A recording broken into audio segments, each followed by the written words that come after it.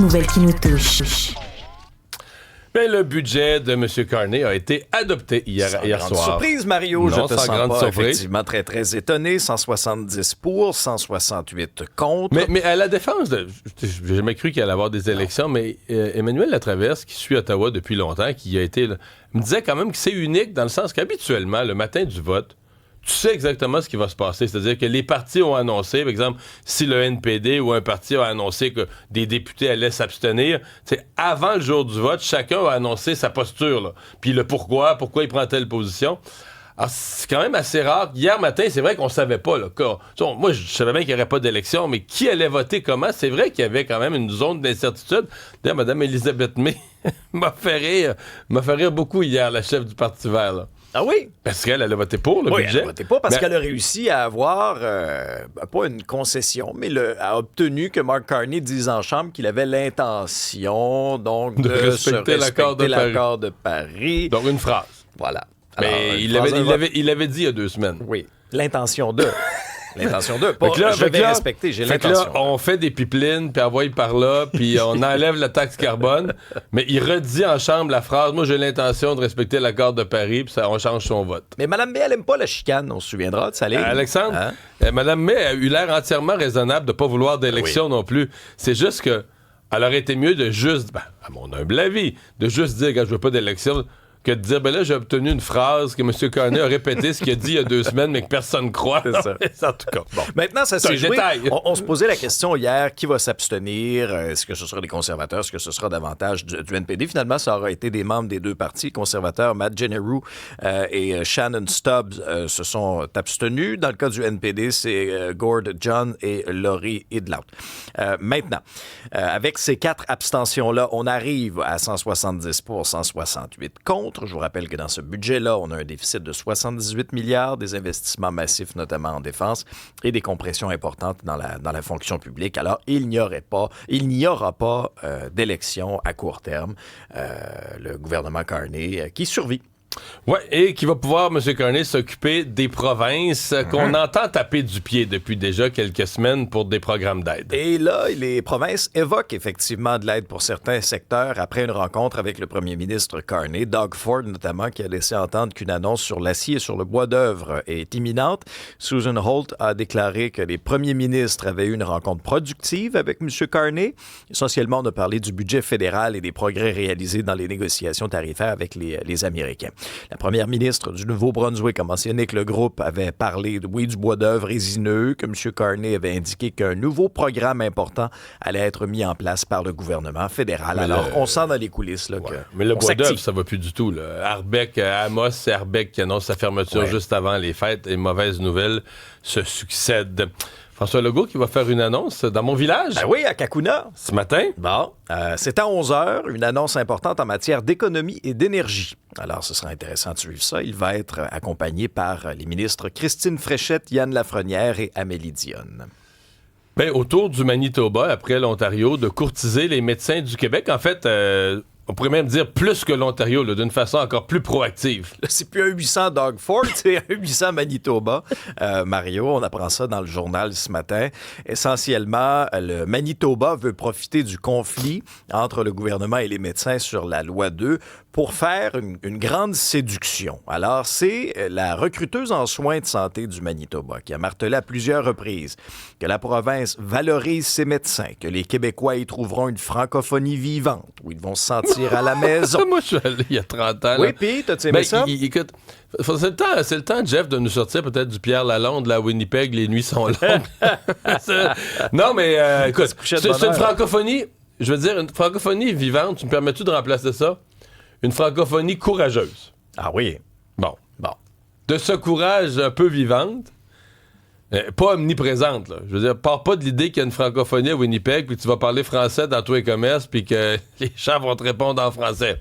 Tu risques d'être un petit peu déçu. Oui. Mais c'est vrai que dans la partie Saint-Boniface, il y a encore une partie francophone où il y a une francophonie courageuse. Mais si tu regardes le pourcentage de francophones au Manitoba, là, au fil des années, là, depuis, mettons, on remonte 100 ans en arrière jusqu'à aujourd'hui, ça va pas dans la bonne direction, là, pour Mais... quiconque croit à la francophonie. Ben, dans l'Ouest canadien en général. Là. Mais on insiste sur les festivals de musique, la scène culinaire. Ça a l'air que les restaurants sont bons à Winnipeg. Une communauté accueillante. Et les primes. Ben, c'est surtout ça moi, qui me généreuses frappe. primes. Oui, c'est très payant. C'est très, très, très payant. Un programme accéléré aussi pour reconnaître le permis de pratique des médecins inscrits au collège qui est mis en place. En fait, c'est que là, tu as une prime si tu décides de déménager. Après ça, une autre prime si tu restes au bout de plusieurs années. Puis on parle de milliers et de milliers et de milliers de dollars. Là. Et ça, c'est un petit peu indécent. Là. Ça, c'est le bout où tu te dis, OK, mais là, si on commence entre provinces à se mettre des primes pour se voler des professionnels de toutes sortes, là. Je veux dire, c'est quoi la limite de ça? Mais enfin, on a trouvé la chanson thème de cette campagne de recrutement. Les nuits sont longues, tu me l'avais bien dit. La palette est Bon, voilà, donc... Mais c'est quoi les spécialités culinaires à Winnipeg? Tu disais que la bouffe, ça allait bien. Très bonne question. Je sais pas. C'est- Sûrement des poissons, de C'est bon? l'ombre arctique. Ah, bon, C'est- Puis peut-être, je sais pas, les burgers. Le fameux steak de Winnipeg. Bien, Très connu. bien connu. Restons dans le secteur de la santé. Des chiffres ce matin dans le journal sur ce que peut gagner une infirmière là, si elle fait le maximum de temps supplémentaire imaginable. 450 000 Mario. Il y a au moins 3 infirmières québécoises qui ont empoché des salaires de cette nature-là grâce aux heures supplémentaires, aux primes. Il y a des documents obtenus par nos collègues du journal en vertu de la loi d'accès à l'information qui a démontré qu'une infirmière clinicienne de Laval avait gagné 477 000 l'an dernier. Ça comprend 281 000 en heures supplémentaires. C'est 4 fois son salaire de base de 72 000. Alors, au total, 6 infirmières ont gagné plus de 400 000. 27 ont gagné plus de 300 000 en 2024-2025. Le salaire normal, à titre comparatif, là, d'une infirmière, ça varie entre 70 000 et 90 000. Il n'y a pas de norme qui limite le nombre d'heures consécutives qu'une infirmière peut travailler. Mais quand C'est on la arrive, seule inquiétude. à ces chiffres-là, ben oui, Ben, c'est effectivement. Tu te dis, est-ce qu'elle est aussi alerte? C'est ça. Est-ce qu'elle pourrait se mêler dans sa seringue ou ses pilules à la 16e heure? Parce que sinon, moi, j'ai pas un mot à dire. Là. Je veux dire, il n'y a rien de volé. Tu mets des règles, tu dis pour le temps supplémentaire, on est prêt à payer tant. La nuit, on est prêt à donner tel prix. Le système dit voici ce qu'on est prêt à payer. Tu as quelqu'un qui le fait le travail. Fait que tu verses les montants que tu as prévus. Là. Je veux dire, puis là, la même personne. Fait que c'est juste, est-ce que cette personne... Puis moi, je respecte ça, là, dire des gens qui décident, qui travaillent fort pour X raisons, là, tu sais, que dans ta vie, à ce moment-là, t'as pas encore d'enfant, t'en veux l'année d'après, puis tu te dis, ben, regarde, moi, je vais me faire un petit coussin, puis une année, je ferai pas de voyage, je ferai rien, me réveiller. Moi, je respecte ça. On serait bien mal placé pour critiquer ça. Ah, mes petits banquiers. Ben non, mais pour vrai, puis tu donnes des services à la population, Ouais. puis là, après ça, ben si l'État veut pas payer ça, ben là, offre-le pas. Si tu veux pas payer ça en temps, si tu veux pas que le tarif du temps supplémentaire ou le tarif des primes de nuit, tu veux pas que ça soit ça, offre-le pas. À partir du moment où tu l'offres, quelqu'un le fait, verse les chèques, puis il y a plus rien à dire. Projet informatique qui déraille, cette fois-ci, c'est chez Hydro-Québec. Des dépassements de coûts de 200 millions de dollars, Mario. 4 ans de retard, 1 million d'heures de travail supplémentaires. C'est le projet de modernisation du système de conduite du réseau. C'était censé moderniser les logiciels qui pilotaient à distance le réseau électrique québécois, mais ça accumule les problèmes. Et là, il y a des documents de la Régie de l'énergie qui nous démontrent que le volet du projet pour la division des transports, ça devait coûter 288 millions et celui de la division de la distribution, plutôt, c'était estimé à 212 millions. Mais là, la nouvelle solution devait voir le jour en 2023. Hydro dit avoir dépensé à peu près 400 millions jusqu'ici et le projet n'est même pas fini. Complété seulement à 75 % du côté transporteur, 25 % seulement du côté distributeur. Là, on vise 2027 plutôt que 2023. Tu sais, ça clique, là. Bon, il y a des choses peut-être qui nous ont été cachées, des ministres qui n'ont pas dit la vérité à un certain moment, c'est possible. Mais depuis le début, moi, je dis que c'est un scandale qui est exagéré dans le sens suivant. Exagéré dans le sens que, à moins que, comme citoyen, tu prennes comme position, moi, je veux pas d'informatisation. Qu'on leur achète des dactylos. On fait ça à mitaine. Qu'on quadruple le nombre d'employés, on leur donne des dactylos, faites nos permis à mitaine, puis moi, m'aller payer cash, m'aller au comptoir, des informatisations globales comme ça coûte des fortunes. C'est le cas Hydro-Québec. Bon, est-ce que c'est pire au gouvernement? Malheureusement, je pense que oui. Mais si je dis c'est pire au gouvernement, c'est parce qu'on n'a pas les chiffres dans le privé, là.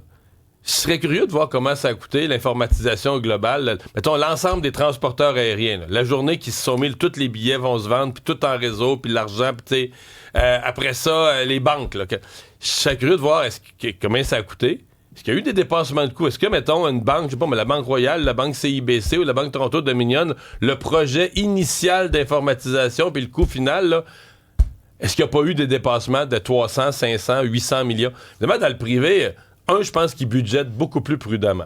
Je pense qu'ils vont budgéter pessimiste en disant, regarde, là, on va mettre ça au pire. Alors qu'au gouvernement, on a tendance à tout mettre au mieux, pas faire peur au public. Parce que, tu sais, comme il faut le mettre dans des livres puis le rendre public, on a toujours tendance à budgéter en disant, regarde, on fera pas peur au monde, puis avoir des dépassements après. Alors que dans le privé, on se dit non. Des dépassements de coûts, ça écœure les actionnaires. On est mieux d'être pessimiste au début, en mettre en masse, puis de rentrer dans nos coûts. Mais dans les faits, ces informatisations, malheureusement, coûtent une fortune, comme le café. Hey, le café et le bœuf, c'est presque rendu un luxe, là. Selon des dernières données de Statistique Canada, le coût du café a augmenté de 26 %, celui du bœuf 20 % entre octobre 2024 et octobre 2025. Il faudra surveiller aussi le prix du poulet. Le prix du poulet qui est en hausse de 7 %. Le prix du poulet entier, 23 % depuis l'an dernier. Un sondage, d'ailleurs, publié hier. C'est 7 hier. pour le poulet dans son ensemble, puis 23 pour le poulet entier. Oui. Tu penses que tu payes pour faire recoller les morceaux? C'est une très bonne question. 78 des Canadiens... Quand tu le découpes en morceaux... C'est ça. Bon. 78 % Mario, des Canadiens disent que l'inflation va avoir une incidence sur leurs dépenses des fêtes. 37 % prévoient dépenser moins que les années précédentes. Le café, on le sent sur les tablettes à l'épicerie. Il faut se mariotiser puis boire du thé. Moi, je veux du café quand même. Et ici, il est payé par l'employeur. Mais j'espère que l'employeur ne nous écoute pas à cette heure-ci pour savoir que le prix du café a monté à ce point-là. Bon. Le film des Cowboys fringants, ça a marché en fin de semaine? C'est pas si mal. Ils ont réussi à récolter avec ce film-concert 167 000 $. Faut dire que c'était diffusé sur une 60aine d'écrans. C'est moins que la sortie d'un film, là. Oui, parce que quand on regarde le jeu du défi a remporté 175 000 $. Donc un peu plus, mais diffusé sur 100 écrans. C'est sûr que si tu fais le ratio, le score est meilleur pour le film des Cowboys. Mais quand même, ça n'a pas été le premier. Par contre, on peut noter que Ma belle-mère est une sorcière a dépassé le million. Le film a pris l'affiche le 10 octobre. C'est donc le deuxième film québécois le plus rentable en 2025. Le premier, c'est Menteuse d'Émile Godreau qui a dépassé les 2,5 millions. Puis on peut commencer à faire des bilans tranquillement parce qu'on approche la fin de l'année. Donc, ça va quand même bien. Mais j'aurais espéré un peu plus pour le film des Cowboys. Quoi qu'il est encore à l'écran, donc on pourra peut-être renflouer les coffres. Faut dire que c'était une captation qui avait été faite en 2023 là, au Centre Vidéotron. Donc, c'est des revenus, j'imagine, qu'ils n'attendaient pas. Mais quand même. Canadien, Charles-Antoine, est remonté hier en troisième période, une belle remontée. Ouais, on a revu là, cette intensité, cette petite magie de fin de match qui aura donné un point. Ouais, avec un joueur. La remontée, pour moi, Lane Hudson? Ou Lane Hudson, c'est un nom. Là. Il a tout fait, là. Lane Hudson et le fait de tirer au filet, parce que c'est ce qui manquait en début de match, c'est ce qui manque depuis un moment. Le Canadien était, avant le match d'hier, dans les 4 équipes qui tirent le moins. Et là, quand tu perds un trio au complet, parce que si on regarde, mettons, Laine, Dak et Newhook, c'est l'équivalent d'un trio offensif qui n'est plus là. Peut-être qu'il faut un petit peu diminuer la construction parfaite et augmenter le nombre de tirs au but et de travailler au pic et appel. Et c'est ce qui a donné les 2 buts en troisième période aux Canadiens. Lane Hudson qui tire 2 fois. Le premier récupéré par Josh Anderson qui marque. Il marque toujours contre son ancienne équipe, Josh Anderson, d'ailleurs, les Blue Jackets. Et ensuite, le but avec le filet désert. Donc, simplifier les choses, envoyer des rondelles au filet. 32 hier, le tir du Canadien. Dominer 32, mais il y en avait un après 12 minutes. Ah non, le début de match était somnifère. Le match était à 7h30, avec nos horaires, une demi-heure, plus un somnifère, ça peut être fatal. Mais le Canadien s'est ressaisi. Dominer la prolongation. Ivan Demidov est passé bien près de marquer à la fin de la prolongation. Et en tir de barrage, on en fait moins des tirs de barrage. L'année passée, le Canadien faisait une séance de tir de barrage aux 2 matchs. Là, cette année, on dirait qu'on a moins la main mise. Suzuki, c'était automatique. C'était automatique en tir de barrage. Il ne compte plus jamais. Là, il est 0-2. Il y a juste puis l'année passée, à la fin, je te dis, là, il est comme sur une disette, là, il n'en marque plus. Mais même chose pour Caulfield. Hier a marqué. Hier, il a marqué. Hier, il a marqué, mais un drôle de but que personne n'a vu. Parce qu'il a tiré au sol, ouais. la rondelle a comme glissé en dessous, fait que personne... La rondelle a juste disparu. Ouais, et Jacob Debesch a cédé un Puis la but. foule à Columbus était debout. Ouais, c'était vraiment la bizarre. rondelle était dans le fond du but. Fait que, même à la reprise, on voyait pas la rondelle, mais Demidov s'est fait stopper comme troisième tireur. Le Canadien va chercher un point quand même utile, s'accroche. T'es encore troisième dans la division. Le prochain match jeudi face aux Capitals, samedi face aux Leafs.